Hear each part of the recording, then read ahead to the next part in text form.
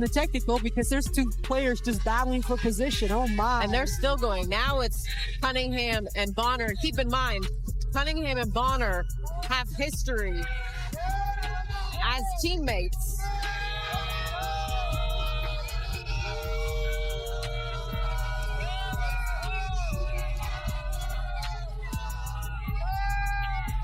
Team 2 is a 17-year veteran that does not want to play on a team that has 5 wins in late June. That expected so much more. There are moments in sport that stop you mid-scroll, moments where you lean forward, rewatch the clip, and think, did that actually just happen? They do not come with a warning, they do not wait for a convenient time, they just land, right in the middle of a Monday night game, and suddenly the entire internet is watching the same 10 seconds.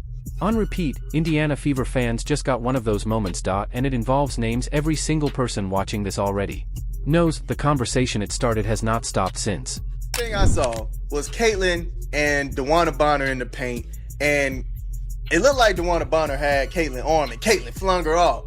She's like, man, get off me. And DeWanna Bonner was trying to act like she wasn't holding her. Y'all know how they be, man, when they be doing some dirty stuff and then they throw their hands up. Yeah, y'all know what's been going on. But look, check this out. So this is the second time right here, right? This is the second time. Look, Caitlin like, chill the F out now. Chill the F out. Walking and talking, right? Look at him.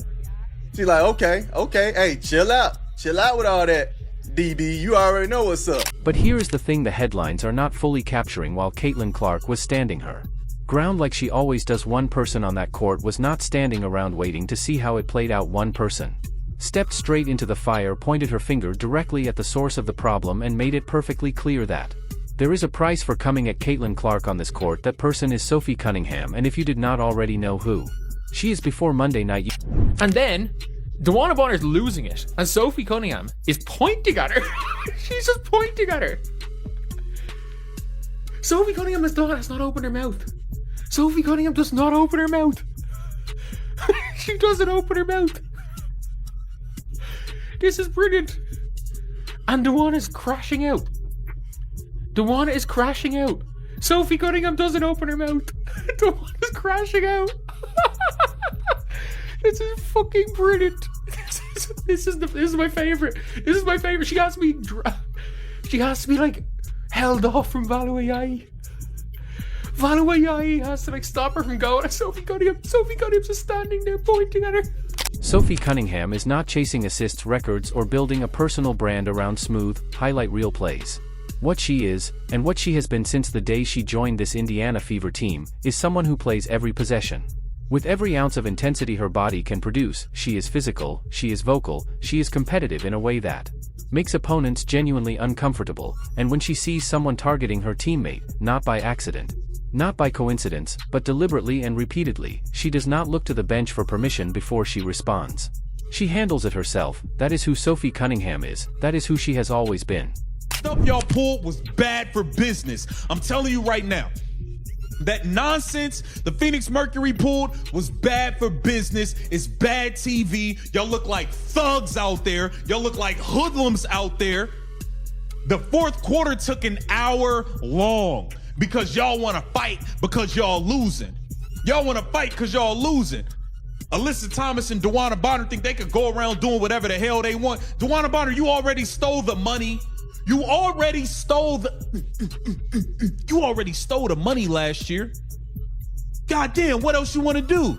Now let us make sure everyone is fully caught up, because this situation between DeWanna Bonner and Caitlin Clark did not begin on June 22, 2026. It goes back further than that, all the way to 2024, when Bonner and Clark had a physical clash in the postseason that the cameras caught in full, unfiltered detail. The shoves, swipes, words exchanged at a volume the microphones picked up. Even then, even when both players should have been locked in on playoff basketball, the tension between them could not stay beneath the surface. That was the preview. Monday night in Indiana was the full feature, and it was something else entirely. To the right, behind the coach, coming out and jawing at DeWanna Bonner. DeWanna Bonner says, yeah, it was a foul. And Clark is saying, no foul. Yes, it was a foul. Second-year pro in Clark, and DeWanna Bonner in her 16th year. Remember, Bonner plays 9 games in Indiana, and before the season starts, Annie, Caitlin Clark says, I want to win a championship for DeWanna Bonner. Yeah. Well, things change. I got you. Things obviously change. And there was a chapter in between that a lot of people have already forgotten. September 2025. Clark was not even in active play. During a game in Phoenix, she was sidelined, and somehow, even from the sidelines, she and Bonner ended up in a war of words over a disputed foul call that had nothing to do with Clark directly. Bonner was jawing at officials. Clark had enough of it. She turned around, looked at Bonner, and waved her off. A slow, deliberate dismissal that said everything without saying a single word out loud. That wave went viral, because it was not just shade. It was a statement. It said, I have already seen everything you have to offer, and I am not impressed. Bonner did not forget that wave. You could tell by Monday night that she absolutely did not forget it. I'm glad you asked that question because my inbox has been going crazy about that moment. But I think it's just two competitive players that want to win and push their team to get up the finish line. It's playoffs, so emotions are high, tension is high, but I can be more excited to step on the court with Caitlin.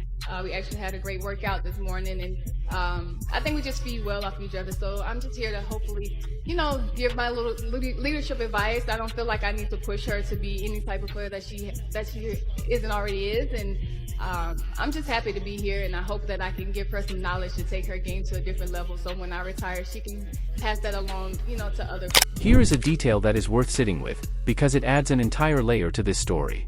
DeWanna Bonner briefly played for the Indiana Fever in 2025. Think about that for a moment. The same DeWanna Bonner who has made it something of a personal mission to get under Caitlin Clark's skin was once wearing the same uniform as her.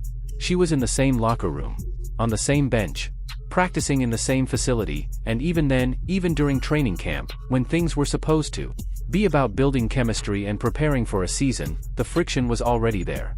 Clark would nudge Bonner's arm during practice. Bonner would grab Clark's wrist and refuse to let go. It was small. It was layered in the language of competition. But it was there. And it never fully went away. DeWanna Bonner spinning like she's gonna do something. Caitlin Clark saying, chill the F out, bro. Chill the F out.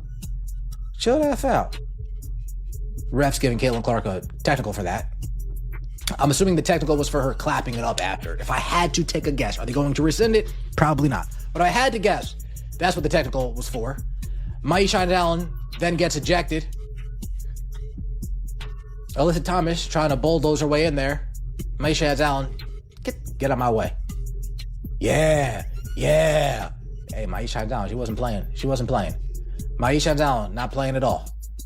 Her and Alyssa Thomas got back and forth after that initial dust-up with Caitlin Clark and DeWanna Bonner. So now take all of that history, all of those banked moments, the 2024 playoff shoves, the September 2025 wave, the training camp friction, put all of that into a single fourth quarter with 7 minutes left on the clock. And a game very much still in the balance of Clark and Bonner get tangled up on a physical possession.